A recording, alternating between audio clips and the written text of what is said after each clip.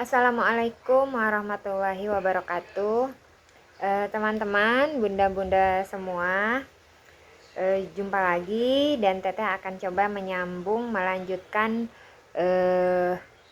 materi yang kita saksikan dulu di video yang pertama, yaitu bedah buku punyanya Bunda Ruri tentang verbal behavior. Nah, kemarin kita di video sebelumnya sudah membahas secara umum tentang gejala autisme terhadap anak. Terus di video yang kemarin juga ada yang nanya nih di YouTube, kalau misalnya kita sebagai orang tua menemukan gejala autis tersebut di saat anak sudah usianya 6 tahun, bahkan ada yang usianya itu kelas 6 SD, orang tuanya baru menyadari kalau anaknya itu autis, padahal seperti yang pernah Teteh sampaikan dan juga dibahas di buku ini, kalau gejala autis terhadap anak itu sudah bisa kita kenali sejak masih bayi. Nah, jadi di pertemuan yang ini kita akan coba bahas itu, bagaimana sih mengenali gejala-gejala autis terhadap anak, khususnya anak di bawah usia 2 tahun. Kembali Teteh coba ingatkan bahwa anak autis itu memang memiliki berbagai karakter. Jadi tiap anak itu pasti akan berbeda karakternya, berbeda juga cara penanganannya, karena tidak semua anak autis itu memperlihatkan gejala yang sama. Tetapi pada umumnya ada 2 gejala yang memang selalu ada di dalam diri anak autis. Yang pertama yaitu gejala sosial, yang kedua gejala komunikasi.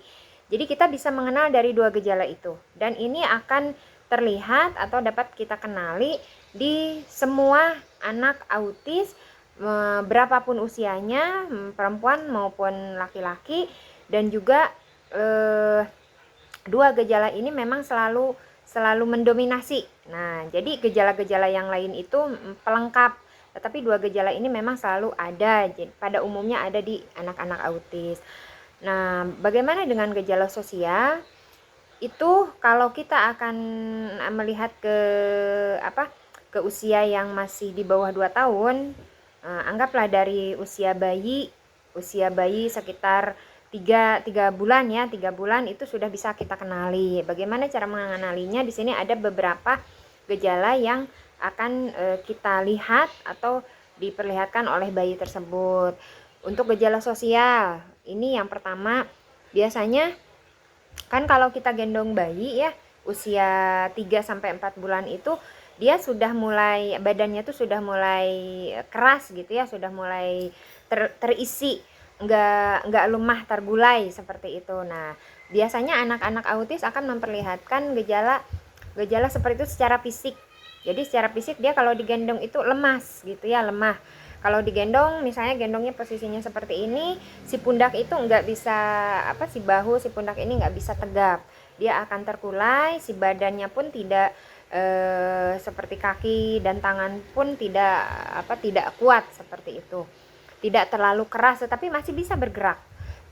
Terus yang kedua, di saat dia terjadi kontak mata dengan orang lain, biasanya kan anak-anak bayi usia 2-3 bulan itu sudah mulai, pandangan matanya itu sudah mulai terjadi kontak interaksi gitu ya, nggak kosong gitu. Nah untuk anak-anak yang autis, biasanya frekuensi untuk interaksi kontak mata dengan orang lain itu lebih sedikit.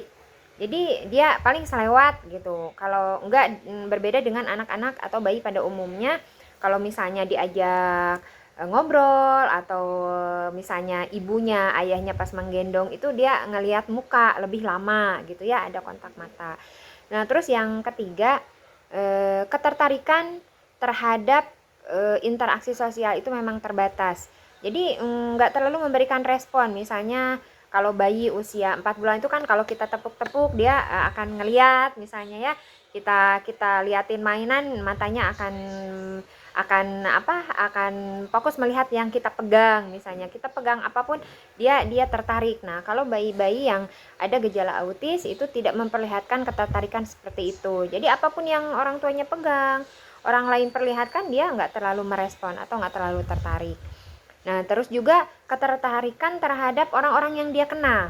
Nah, kalau bayi kan karena bayi itu kan nggak semua apa namanya nggak terlalu banyak yang apa misalnya yang merawatnya ya karena masih terbatas kan orang-orang di rumah saja, misalnya orang tuanya atau keluarganya. Nah, untuk bayi-bayi yang ada gejala autis itu pun tidak ketertarikan terhadap orang-orang yang dikenalnya juga terbatas. Kalau bayi yang pada umumnya kan dia udah walaupun dia nggak bisa belum bisa manggil ayah, ibu, tetapi tahu dia oh ini lagi digendong ayahnya, ini lagi digendong ibunya gitu kan, atau orang-orang yang dikenal di keluarganya. Tetapi untuk anak-anak yang memiliki gejala autis itu terhadap orang-orang yang dikenal pun dia sangat terbatas. Bahkan mungkin hanya terhadap ibunya saja gitu kan karena dia merasa ada kenyamanan. Tetapi tidak memberikan respon yang sama terhadap orang-orang yang dikenalnya bahkan di dalam satu rumah yang sama. Nah, terus anak atau bayi yang memiliki gejala autis juga memang dia lebih senang ditinggal sendirian. Jadi berbeda mungkin ya dengan bayi-bayi yang lain. Kalau misalnya sudah merasa sering digendong sama ibunya, pas dilepas dia akan menangis atau mencari gitu ya. Tetapi untuk bayi-bayi yang memiliki gejala autis akan memperlihatkan justru dia tidak apa-apa gitu ditinggal sendirian atau misalnya dilepas dari gendongan ibunya seperti itu dari gejala sosial. Lalu dari gejala komunikasi, nah ini pun bisa kita kenali sejak usia bayi, paling tidak usia 2-3 bulan. Ini sudah bisa kita mendeteksinya secara dini. Yang pertama, ini kalau misalnya kan bayi kalau udah agak gede sedikit ya usia 5 bulan, 6 bulan, dia kan pasti sering dipanggil namanya gitu ya, dipanggil namanya atau panggilan-panggilan akrab adek gitu. Kalau dipanggil seperti itu dia akan merespon gitu ya, merespon, melirik, mencari arah suara dari mana. Dia tahu oh orang itu memanggil dia gitu kan. Nah, itu memberikan respon seperti itu. Tetapi untuk anak-anak atau bayi yang ada gejala autis dia tidak memberikan respon pada umumnya. Walaupun itu tiap hari dia dipanggil dengan nama yang sama gitu. Nah, terus jarang melihat objek yang dipegang oleh orang lain seperti yang tadi. Ini sama dengan gejala sosial. Jadi kalau ada udah usia 5 bulan itu kan dia sudah mulai bisa, ada yang sudah bisa duduk gitu ya. Kalau orang lain ngambil mainannya gitu, dia cuek aja, nggak ada rasa ingin mengambil kembali gitu. Atau orang lain megang sesuatu yang sebenarnya menarik, dia tidak terlalu menunjukkan rasa ketertarikan atau respon terhadap benda-benda tersebut. Lalu si bayi tersebut juga sering melakukan gerakan yang berulang. Nah, ini gerakan-gerakan yang berulang. Mungkin teman-teman juga sering ya menemukan kasus seperti ini. Kalau misalnya punya siswa yang di TK atau di SD, ada yang anak-anaknya itu di bawah kesadaran dia melakukan gerakan-gerakan yang berulang. Misalnya contoh hal sederhana menggesek-gesek jari gitu ya, 2 jarinya, atau dia menggaruk-garuk telinga padahal nggak gatel gitu, atau gerakan-gerakan yang memang sebenarnya dia juga refleks melakukan itu. Nah, itu pun bisa terjadi kepada anak di bawah usia 2 tahun. Gerakannya berulang tetapi dia tidak menyadari gerakan yang dia lakukan.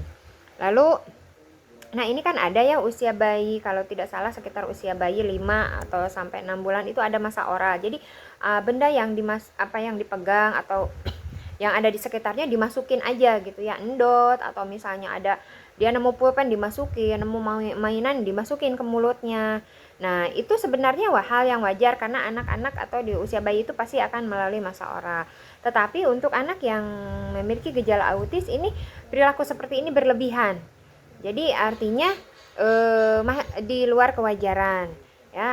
Jadi waktunya itu lebih lama gitu kan. Kalau anak bayi yang pada umumnya misalnya dia sudah masukin benda ke mulutnya, atau misalnya endot atau benda apa yang dia rasa nggak enak ya, dia akan mengeluarkan gitu kan, nggak akan ngulangin lagi gitu. Tetapi bayi-bayi yang ada gejala autis itu apapun bendanya, enak tidak enak, dia merasakan sesuatu yang nggak nyaman di dalam dirinya, tetap aja dia melakukan itu terus-terusan gitu, jadi berlebih. Dan juga anak yang memiliki gejala autis itu tidak terlalu suka dipegang, jadi memang tidak terlalu suka disentuh oleh orang lain, apalagi yang tidak dia kenal gitu ya. Nah ini gejala-gejala seperti ini sebenarnya sudah bisa kita deteksi secara dini, kita bisa mulai kenali dari awal, sehingga kalau misalnya gejala-gejala yang tadi Teteh sampaikan ini berlebih, porsinya itu terlalu berlebih, nah ayah bunda harus segera mungkin konsultasikan dengan dokter, dengan psikolog atau dengan para ahli, supaya kita bisa memberikan intervensi sejak dini. Karena memang anak-anak yang memiliki gejala autis secara fisik kadang tidak memperlihatkan perbedaan dengan yang lain, apalagi kalau bayi kan memang belum waktunya ngomong gitu ya, sehingga kita tidak bisa mendeteksinya secara lengkap mungkin gitu. Nah terus ini ada tambahan juga untuk di tiap usia di bawah usia 2 tahun itu ini bisa menjadi referensi juga buat ayah bunda, supaya kalau nih pas anaknya di usia 6 bulan gimana nih Teh gitu kan, sudah lewat nih, baru anak-anak saya sudah usia 6 bulan. Nah coba lihat kalau di usia 6 bulan dia tidak memberikan respon atau emosi kepada orang lain secara wajar. Contohnya seperti ini, misalnya kan kalau anak 6 bulan itu kalau diajak bercanda gitu ya, misalnya kakaknya atau ayah bundanya lucu-lucuan, dia akan senyum gitu, atau hal-hal yang menurut dia menarik, dia akan memberikan respon misalnya senyum atau apa gitu. Nah itu anak harusnya gitu kan, dia akan memberikan respon bahwa dia tuh merasa sesuatu yang akrab, sesuatu yang hangat, rasa senang, dan dia bisa menunjukkannya ke orang lain gitu kan, misalnya dipeluk dia senyum seperti itu. Nah kalau anak-anak yang memiliki gejala autis pada usia 6 bulan ini tidak menunjukkan hal seperti itu, jadi datar aja dia mah, pokoknya mau dilucu-lucuin, mau dipeluk, mau diajak bercanda, ya responnya sama aja seperti itu gitu. Terus di usia 9 bulan, di usia 9 bulan ini si anak tidak memiliki keinginan untuk berbagi suara atau komunikasi nonverbal lainnya. Kan kalau komunikasi itu ada verbal, ada nonverbal. Kalau verbal misalnya dia harusnya sudah mulai bisa babbling ya, ngoceh gitu misalnya, mama mama mama mimi mimi mimi. Nah harusnya kan sudah mulai seperti itu, tetapi itu tidak dilakukan, tidak menunjukkan gejala-gejala seperti itu. Jadi tidak ada suara yang dia keluarkan, tidak ada respon senyum, tidak ada respon apalagi marah mungkin ya, karena memang bayi sangat jarang memperlihatkan respon seperti itu. Nah, termasuk komunikasi yang nonverbal, misalnya komunikasi nonverbal itu dia menginginkan sesuatu dengan menunjuk ya. Ada anak yang nggak bisa ngomong tetapi dia bisa komunikasi nonverbal, mau minum susu misalnya nunjuk endot gitu ya ke mamahnya, nunjuk endot, atau mainan ditunjuk-tunjuknya gitu, atau mau diajak keluar dia nunjuk pintu gitu kan, seperti itu. Nah komunikasi nonverbal pun ini tidak ditunjukkannya atau tidak diperlihatkannya oleh anak-anak yang memiliki gejala autis di saat usia dia sudah masuk ke 9 bulan. Nah lalu di usia 12 bulan atau 1 tahun. Nah di sini harusnya usia 1 tahun itu anak sudah mulai meniru perkataan-perkataan sederhana, ucapan-ucapan yang didengarnya dari orang lain yang ada di sekitarnya. Menirunya biasanya dengan membeok ya, misalnya dia sering dengarnya kata jangan gitu, dia nanti angan misalnya, jangan, atau seperti itu. Jadi diulang terus apa yang dia dengarnya diulang. Nah itu tidak dilakukannya kalau anak tersebut memiliki gejala autis. Terus di usia 12 bulan juga dia tidak terlalu merespon jika namanya dipanggil ya, seperti yang tadi Teteh sudah sampaikan. Jadi kalau anak usia 1 tahun kan sebenarnya sudah tahu ya namanya dia siapa, bahkan nama mamanya gitu kan, mama, ayah gitu, ini kakak, ini adik, sebenarnya sudah bisa. Tetapi untuk anak yang memiliki gejala autis, dia tidak memperlihatkan respon tersebut. Jadi walaupun dipanggil-panggil, bahkan kita colek aja, kita pegang gitu, dia tidak memberikan respon. Terus di usia 16 bulan ini tidak mengeluarkan satu kata pun. Nah, harusnya kan sudah mulai ya. Karena kalau di usia 1 tahun sudah mulai membeo, dia di usia 16 bulan itu sudah mengeluarkan kata-kata. Bahkan seringnya dia kok mengucapkan kata yang sebenarnya kita nggak pernah ajarin. Kalau anak-anak pada umumnya kan seperti itu ya. Mungkin dia dengarnya kapan, terus diucapkannya saat itu. Ada kata-kata yang aneh, kata-kata yang baru misalnya. Tetapi untuk anak yang autis ini memang tidak mengeluarkan atau tidak bicara satu kata pun. Ini kalau di usia 16 bulan ayah bunda menemukan gejala seperti ini, harus segera dikonsultasikan. Lalu di usia 2 tahun atau 24 bulan ini si anak tidak berbicara paling tidak 2 kata sederhana yang memiliki arti. Artinya seperti ini contohnya. Kalau 2 tahun itu kan si anak walaupun gak jelas ya ngomongnya masih cadel misalnya, dia mau makan udah bisa bilang mau mam gitu kan, mau mi gitu kan, walaupun ujung-ujungnya aja itu kan 2 kata yang bermakna. Nah, si anak yang memiliki gejala autis kalau usia 2 tahun belum mengucapkan itu, nah itu juga harus segera ayah bunda konsultasikan. Karena bagi anak autis jangankan mengucapkan 2 kata yang memiliki makna, meniru saja memang tidak mudah, meniru kata-kata gitu kan. Mungkin di usia yang nanti sudah 3 tahun, sudah dia masuk ke lingkungan yang lebih luas, interaksi sosialnya lebih banyak terjalin, misalnya salah satunya di sekolah ya, dia akan sering mendengar kata-kata itu, assalamualaikum, misalnya karena sering dengar kata-kata itu, dia akan meniru.